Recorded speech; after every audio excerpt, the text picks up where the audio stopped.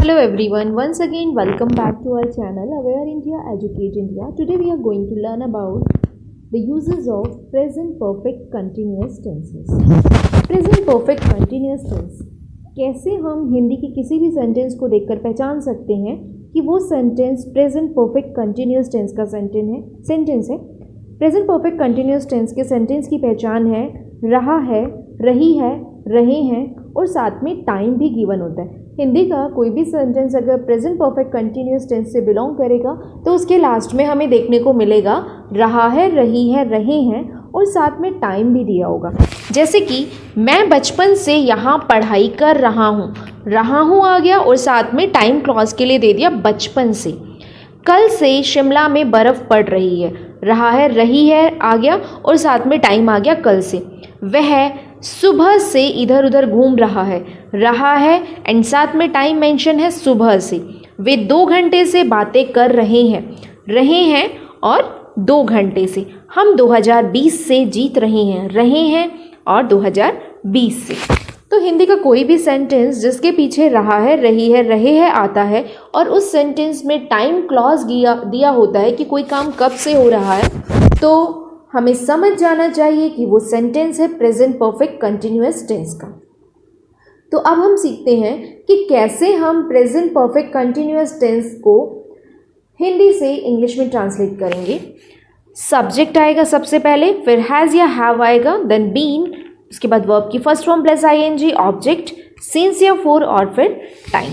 Has और have का use हम ऑलरेडी पढ़ चुके हैं कि हैज़ हमारा आता है जब हमारा सब्जेक्ट ही, शी, इट या कोई सिंगुलर नाउन होता है और हैव आता है जब हमारा सब्जेक्ट आई, यू, वी, दे या सिंगुलर नाउन होता है। तो अब हमारे लिए यहाँ पर नया है सीखने के लिए सिंस और फोर।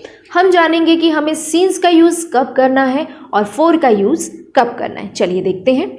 सिंस हम यूज़ करेंगे पॉइंट ऑफ टाइम के लिए, जब हमें किसी काम के शुरुआत का केवल पॉइंट दे दिया है, जैसे कि सुबह से सिंस मॉर्निंग, शाम से सिंस इवनिंग, दोपहर से सिंस आफ्टरनून, सोमवार से सिंस मंडे, कल से सिंस येस्टरडे, रात से सिंस नाइट, 2005 से सिंस 2005। तो ये हमने देखा सिंस का यूज़ जहाँ हमें केवल पॉइंट ऑफ टाइम गिवन है।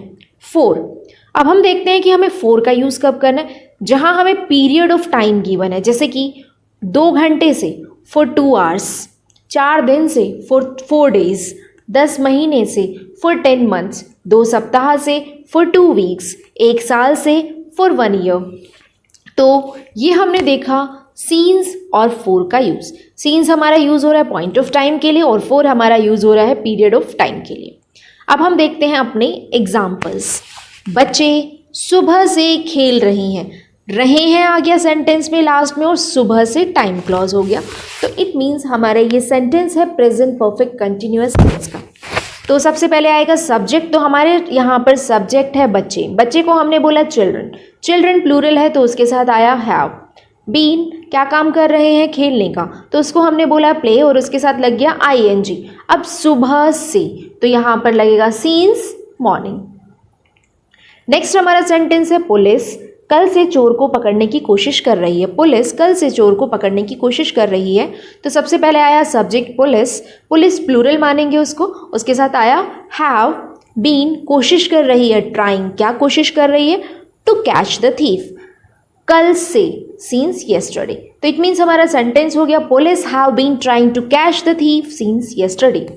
वे 2 घंटे से अपना गृह कार्य कर रहे हैं। वे हमारा यहाँ पर सब्जेक्ट है, वे को हमने बोला दे के साथ लगेगा हैव बीन। करना को हम कहते हैं डू, तो डू के साथ आईएनजी लगा डूइंग, क्या कर रहे हैं, अपना गृह कार्य, देयर होमवर्क। 2 घंटे से, तो 2 घंटे के लिए आया for 2 hours. They have been doing their homework for 2 hours. मैं सुबह से अपना पाठ याद कर रही हूँ, यहाँ पर सब्जेक्ट है मैं, आई के साथ आया हैव बीन, याद करने का काम हो रहा है तो लर्निंग, क्या याद करने का, माई लेसन, मेरा पाठ। कब से, सुबह से, तो since morning, I have been learning my lesson since morning. वे 2010 से इस मकान में रह रहे हैं।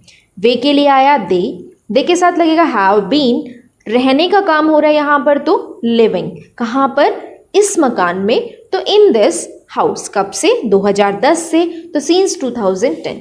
दे have been living in this house since 2010। तो ये हमने देखे हमारे अफर्मेटिव सेंटेंसेस। तो अफर्मेटिव सेंटेंसेस के लिए जब हमने ट्रांसलेशन देखा तो वहाँ पर पहले सबसे पहले सब्जेक्ट लिखना है, फिर हैज़ या हैव एज पर the subject, then been, V1 plus ING, object, since या for plus time. I hope आपको कि simple present perfect continuous tense का आपको अफर्मेटिव सेंटेंसेस का ट्रांसलेशन क्लियर हो गया। अब हम बात करते हैं नेगेटिव सेंटेंसेस की। उसमें सबसे पहले आता है सब्जेक्ट, फिर हैज़ या हैव, उसके बाद हम यहाँ पर नोट ऐड कर देते हैं नहीं के लिए, been, V1 plus ING, object, since या फॉर और टाइम। बाकी रूल सेम। एग्जाम्पल्स देखते हैं। राधा 2 दिन से विद्यालय नहीं जा रही है। राधा सिंगुलर है, उसके साथ आया हैज़, नहीं के लिए आ गया नॉट, बीन, जा नहीं रही तो गो के साथ ING, going to school for 2 days। Radha has not been going to school for 2 days। वे सुबह से नहीं खेल रहे हैं। वे के लिए आ गया दे के साथ आएगा हैव, नहीं के लिए आ गया नॉट, बीन, खेलना को कहते हैं प्ले, प्लेइंग, कब से नहीं खेल रहे? सुबह से, तो since morning. They have not been playing since morning. हम 2 घंटे से फिल्म नहीं देख रहे हैं। वी के साथ लगेगा हैव, नोट, बीन, देखना को फिल्म देखना को watch, watching, movie for 2 hours। We have not been watching movie for 2 hours। Mohan 2 दिन से पौधों को पानी नहीं दे रहा है। मोहन सिंगुलर है तो लगा हैज़ नॉट बीन वाटर, पानी देना, watering the plants for 2 days। तो Mohan has not been watering the plants for 2 days। वह पिछले 4 महीनों से यहाँ नहीं आ रहा है। He has not been coming here for the last 4 months।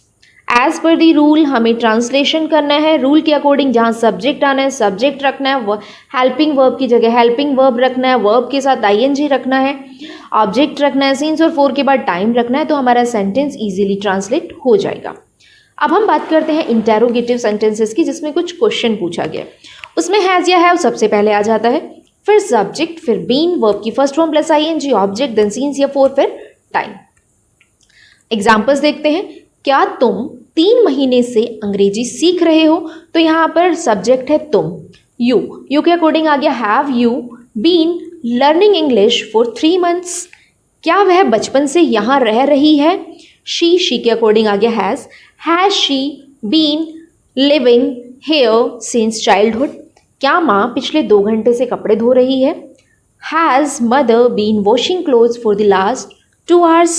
क्या तुम सुबह से मेरा इंतजार कर रहे हो? तुम, you, have you been waiting for me since morning. अब हम बात करते हैं इंटेरोगेटिव नेगेटिव सेंटेंसेस की। इंटेरोगेटिव नेगेटिव सेंटेंसेस में सबसे पहले आएगा हैज़ या हैव, फिर सब्जेक्ट, फिर not plus been, V1 plus ING, object, since या फॉर, फिर टाइम। क्या तुम 4 बजे से उसका इंतजार नहीं कर रहे हो? क्वेश्चन भी पूछा है और उसमें साथ में नहीं भी आ गया, तो वो हमारे सेंटेंस है इंटेरोगेटिव प्लस नेगेटिव के। तो ये होगा have you not been waiting for him since 4 o'clock। क्या वे 2 महीने से अंग्रेजी नहीं सीख रहे हैं? Have they not been learning English for 2 months। क्या तुम सुबह से अपने भाई का इंतजार कर रहे हो? Have you been waiting for your brother since morning. क्या तुम बचपन से यहाँ नहीं रह रहे हो? Have you not been living here since childhood. क्या तुम्हारा भाई सुबह से नहीं खेल रहा है?